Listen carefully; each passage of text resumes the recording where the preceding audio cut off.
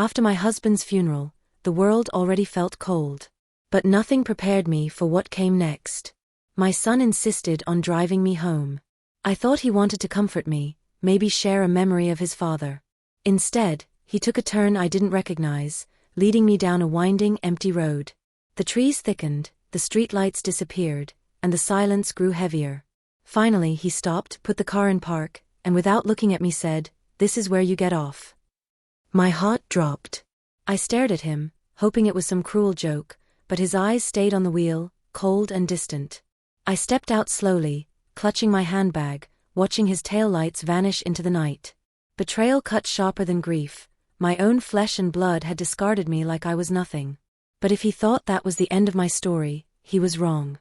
I walked the long road back, each step hardening my resolve.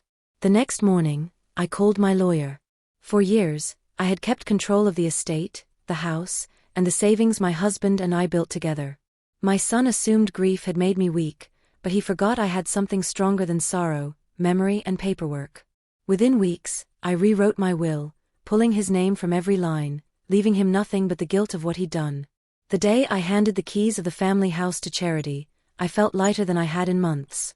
When word reached him, his voice shook on the phone, begging for forgiveness. I didn't shout. I didn't curse.